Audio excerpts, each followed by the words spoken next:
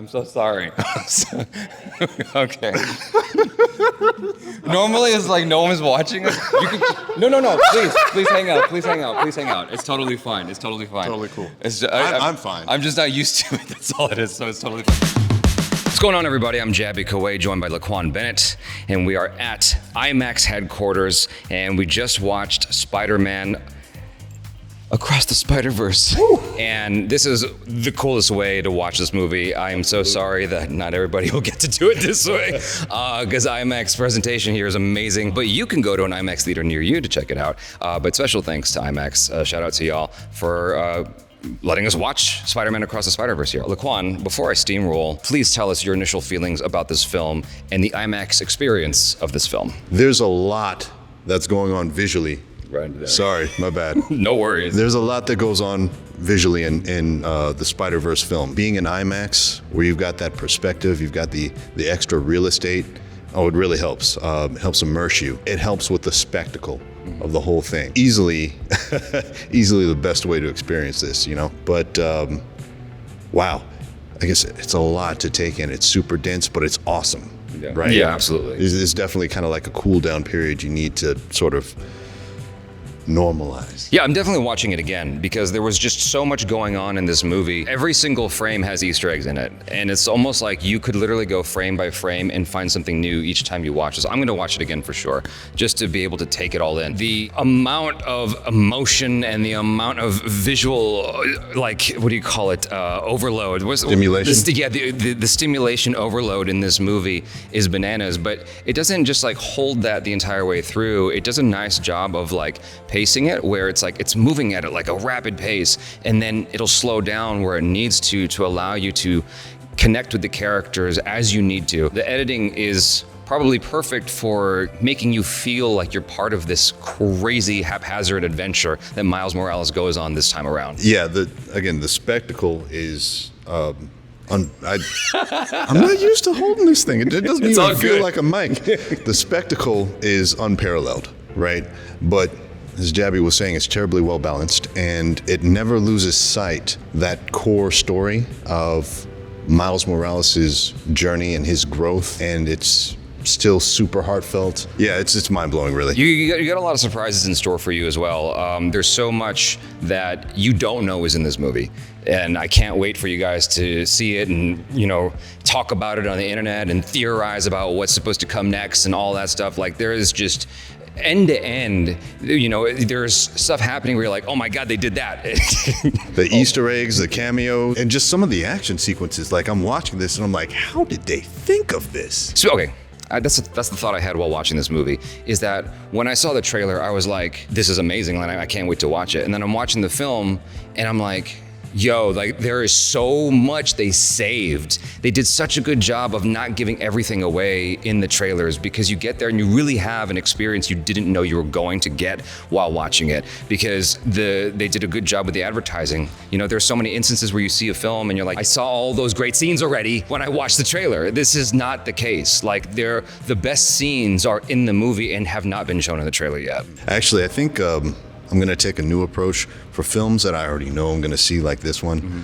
I'm going to back in the trailers. I'm going to watch the film first, I'm going to watch the trailers afterwards. But that's refreshing to hear, because some of these marketing strategies involve showing the best scenes of the movies, and that spoils it for you. So again, about the IMAX experience with Spider-Man Across the Spider-Verse, with how much effort and how many man hours was put into this. Like, to me, IMAX is one of those special things that you can't get at home. You know, it's like you can get a big TV, but you can't get an IMAX at home with the resolution, the color, the definition of everything, and the ability to kind of see things at that scale, especially a film like this that is so packed with, like we've been saying, Easter eggs and hidden details, that I can't think of a better way that you'd want to experience this film. I sound like a spokesperson for IMAX, I'm so sorry, but I'm just watching it like that, I'm like, what the hell? This is crazy town. I wish we could have seen it in 3D as well. I could not find 3D showings anywhere. I was very sad that I couldn't watch the first one in 3D. But if a 3D IMAX show comes out, you best believe my ass is gonna be there, because like that would be the perfect experience. Oh man, like I can't even fathom that in 3D right now. It'd be wild. One of the things I talked about when we did the trailer was the way the camera was moving. and how it made you feel like you were part of the web slinging that Spider-Man does. And that really held true. The movie kept true to its promise that the trailer made, which is you really feel like you're web slinging with these guys, you know, the way with the movement and the editing and just how it's so hard to articulate just like how I felt like I was part of that, you know? And again, I think that speaks to the IMAX format, not to get all spokesperson, but there. I'm going to do that to you all the entire video. Whatever it takes. Just the normal 16:9 widescreen format. It's almost like going through something like this with your eyes squinted. You can absorb so much more. Yeah. Right? The whole world is there for you to take in. Yeah. Right? It's the best way to watch. Not to mention, this is a 4K projector, laser. Yeah. So everything is super crisp. Absolutely. All the details are there, vivid, bright, clean. One of the other things that was quite popular about the first Spider-Man film, Spider-Man Into the Spiderverse, was the music. I might be alone on this one, but I think the music was even better here for me. It was just like, it fit the film so well, whether it was score or soundtrack. I think that it really helped the mood along. I can't make a judgment call on that, but yes, it was every bit as good, at least.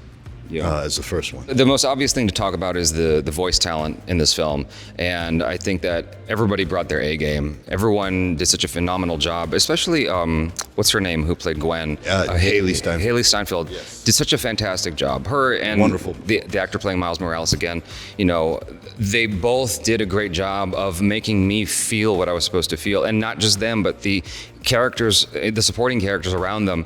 There were so many instances that I felt my heartstrings being tugged on, and I was like, yo, don't cry. Like, don't let the emotions out. This isn't the time. You didn't bring tissues.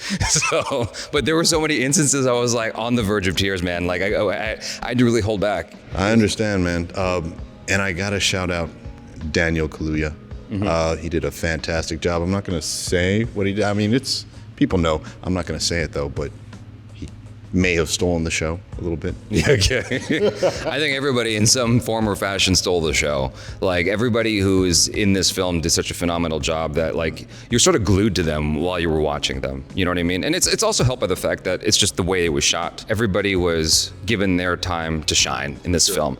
And there was a lot of characters, there's a lot going on, and I can't wait to see where we go from here, man. It's just there's things alluded to. I can't say more than that, and I'm very excited. Craftsmanship, man. You guys, thanks so much for hanging with us, and make sure to watch it in IMAX if you can. Thank you again to IMAX for allowing us to watch it this way at IMAX headquarters, the best place to watch this film. And that's it for now. Follow LEQUAN BENNETT on the social media if you could. Subscribe, bell icon, all notifications. Vote this up, please. I'm Jabby Kuwait. This is LEQUAN BENNETT. Peace out.